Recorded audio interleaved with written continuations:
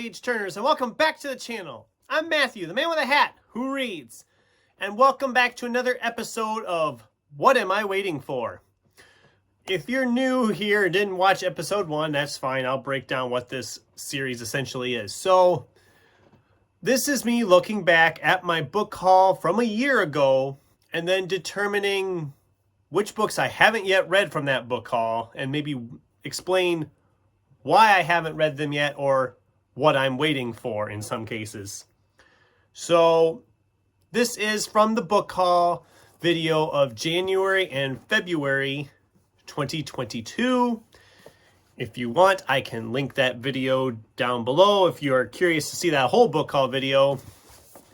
Otherwise, these are the 4 books from that book haul that I haven't read yet. So actually not bad.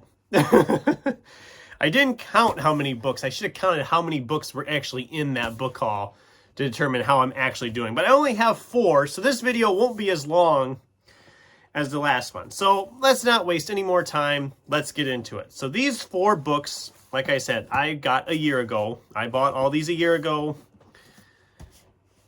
And for whatever reason, I haven't read them yet. So let's start with the first one in the list, and that is Stuart Turton's The Devil and the Dark Water.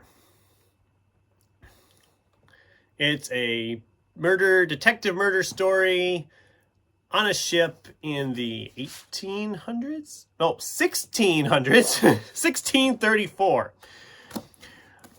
Why haven't I read it yet? Well, I think part of it just comes down to timing and a little bit of what I read last year. Because last year I read Turton's first novel, 7 Deaths of Evelyn Hardcastle, which I loved. I loved that book so much. I think it was in my top 10 for the year, if I remember correctly.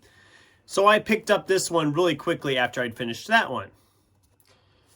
And then I read a murder mystery called Guess Who, which I didn't love. I didn't love that as much as I was hoping.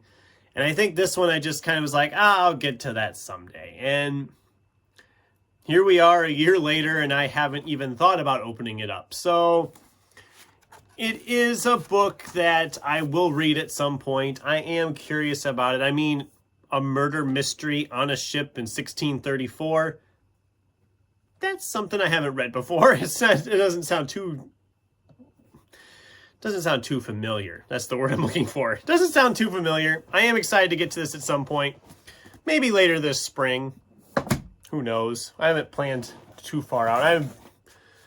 I haven't planned like an April TBR yet. So some of these could end up in April and May. This next one is one I've actually almost put on my TBR for February with Fantasy February, but then I had enough other thick books I was going to do, so I didn't get to it. And this is A. Lee Martinez's The Last Adventure of Constance, Verity. I have really enjoyed A. Lee Martinez's stuff before. I do want to read this. This is the first in a trilogy. I actually have book 2 already. So I should really start in and get busy and read these and see if I enjoy them. I've heard a lot of good things about this book. It's not terribly long. I think it's only like 360 pages, it looks like.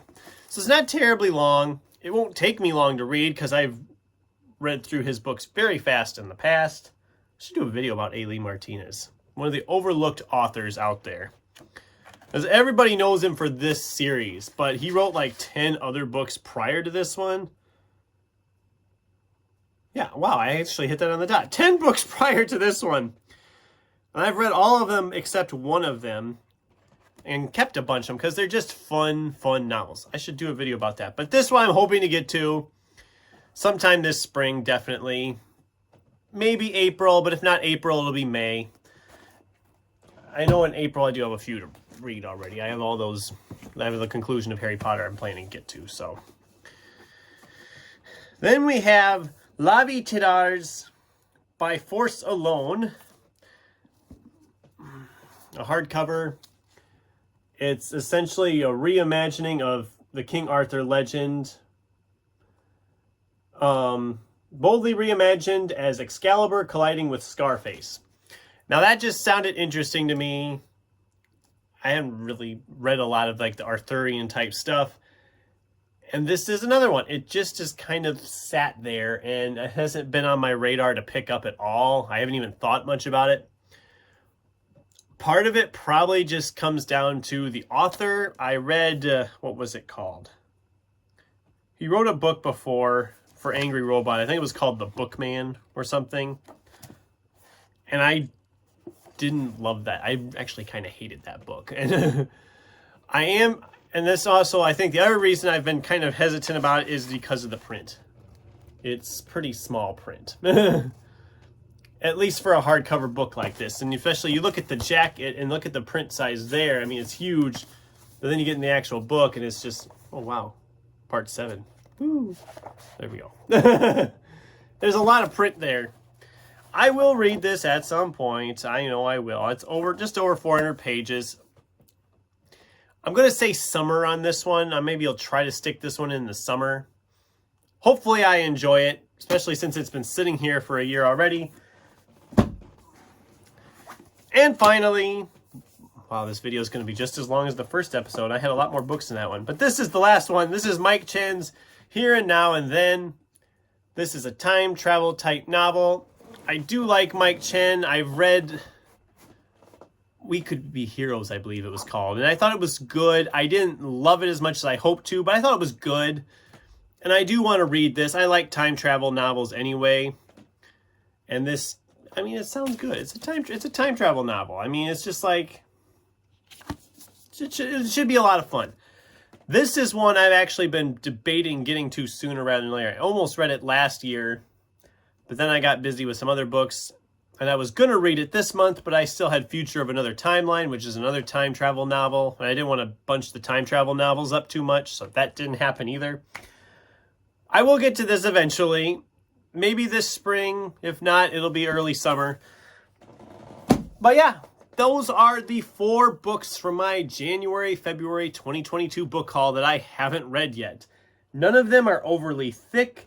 None of them are that menacing. It's just, they've just kind of been sitting here in my stack.